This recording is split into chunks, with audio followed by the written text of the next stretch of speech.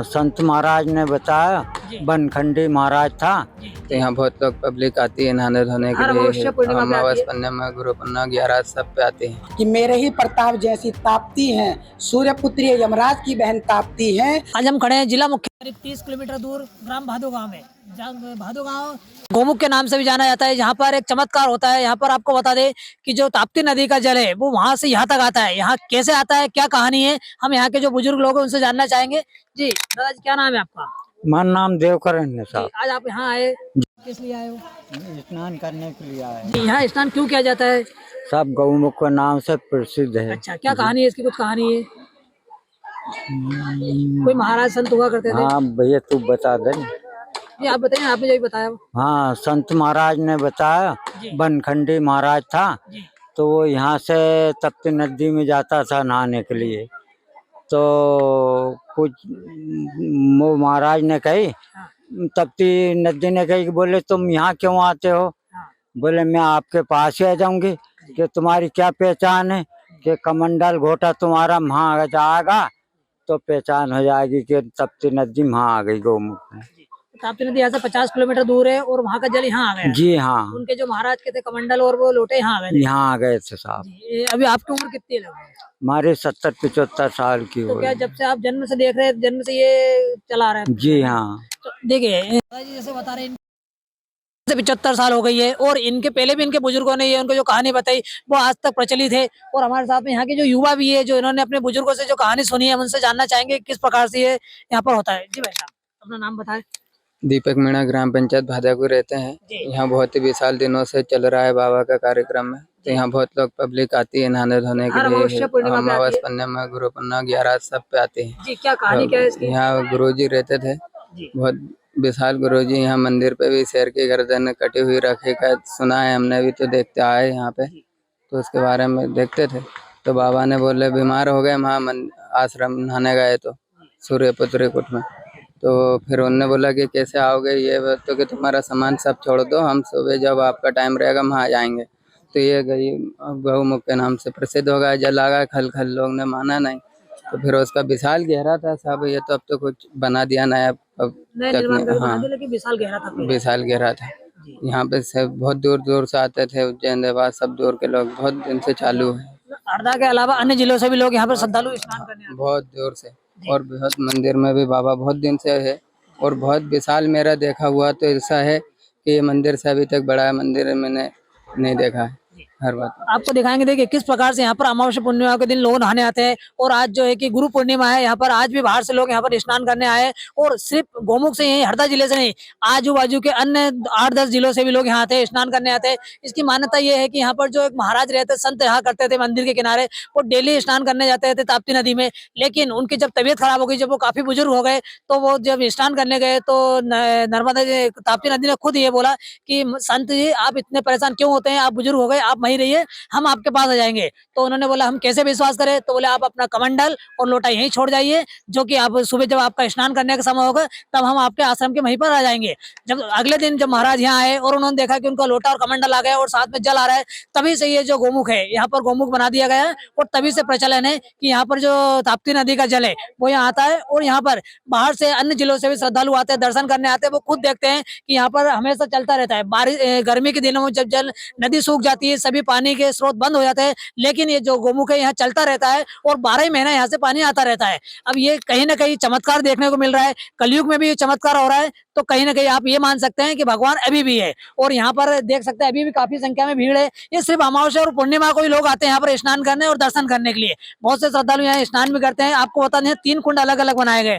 पहला कुंड जो है वो यहाँ पर जल स्नान पानी पीने के लिए शुद्ध जल का है, दूसरा नहाने धोने के लिए और तीसरा कपड़े धोने के लिए। तीनों पानी के अलग अलग कुंड बनाए हैं। और ये जो पानी है हमेशा हमने आपको जिस प्रकार से वीडियो में दिखा रहे हैं कि जैसे किस प्रकार से गोमुख से जल निकल रहा है और जल निकल के बाद में वो फिर आगे नदी के लिए जा रहा है। यहाँ पर पास में गंजाल नदी भी है, ये पानी इधर मिल रहा है। देखिए यहाँ पर किस प्रकार से श्रद्धालु आ रहे हैं। यहीं पर पास में एक मंदिर भी बना हुआ है जहाँ पर श्रद्धालु डेली आते हैं और पूजा पाठ करते हैं।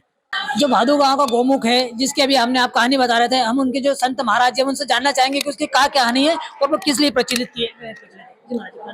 जय श्री राम। हमारा नाम है मनोहर दास कांठिया। गुरु महाराज श्री श्री 1008 श्री महामंडलेश्वर ओमकार दास जी महाराज, गौमुख पीठ, भादोगांव, गंजाल। ये जो गोमुख है ये किस लिए प्रसिद्ध है?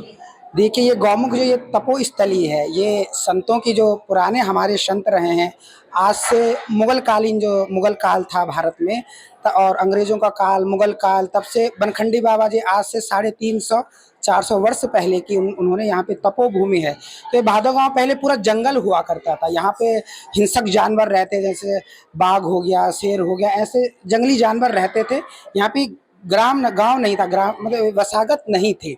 तो आज से 350 वर्ष पहले बनखंडी बाबा जी यहाँ पर आए, यहाँ पे उन्होंने तपस्या करी। अपने तपोभूमि से वो नर्मदा मैया के परम भक्त थे, उनके उपासक थे। तो वो अपने योग ध्यान मुद्रा में हर रोज उनका जो नित्य नियम था वो नर्मदा मैया में स्नान का नियम था।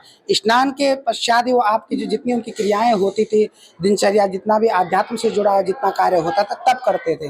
तो जब वो बुजुर्ग हो गए, बहुत बुजुर्ग हो गए, तो बहुत दीर्ण क्षीण अवस्था में वो हो गए, तो बहुत बुजुर्ग हो गए थे वे। तो वो एक बार जा रहे थे नर्मदा जी स्नान करने के लिए, तो बीच में ही कहीं कीचड़ सा होता है जैसे, तो उसमें वो हाँ मुरन नदी, उसमें कीचड़ सा था, तो उसमें धंस गए।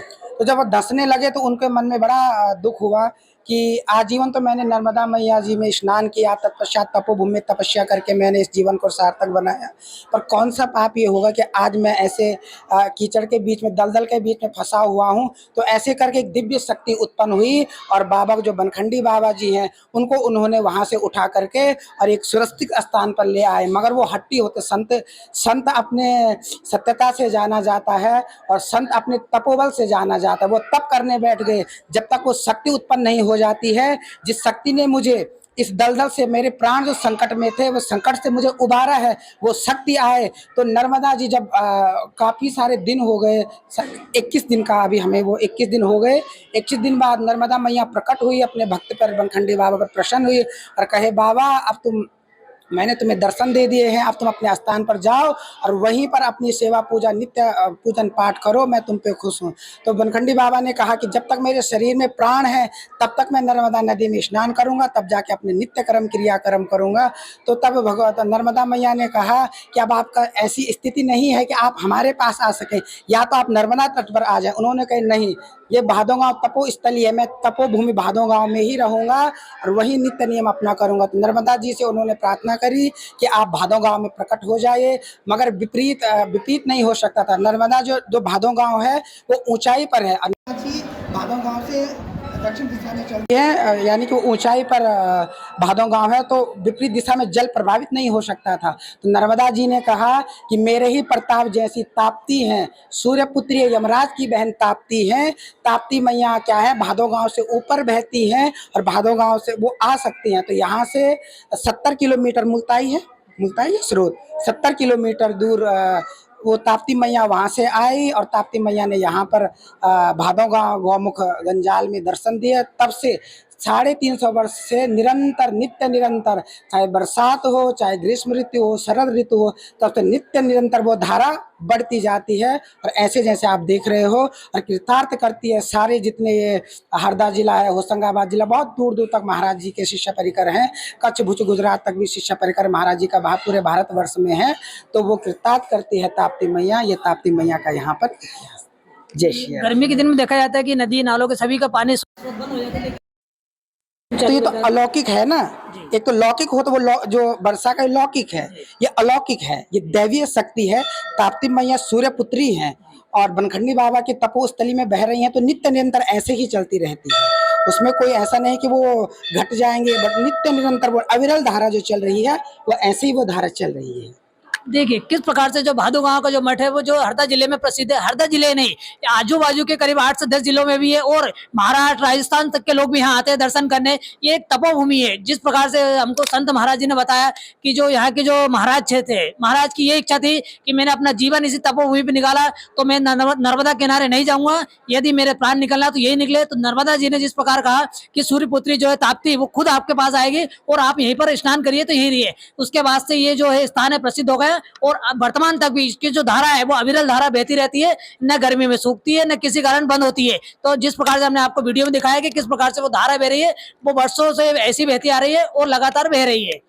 IBC 24 के लिए हरदा से कपिल शर्मा की रिपोर्ट।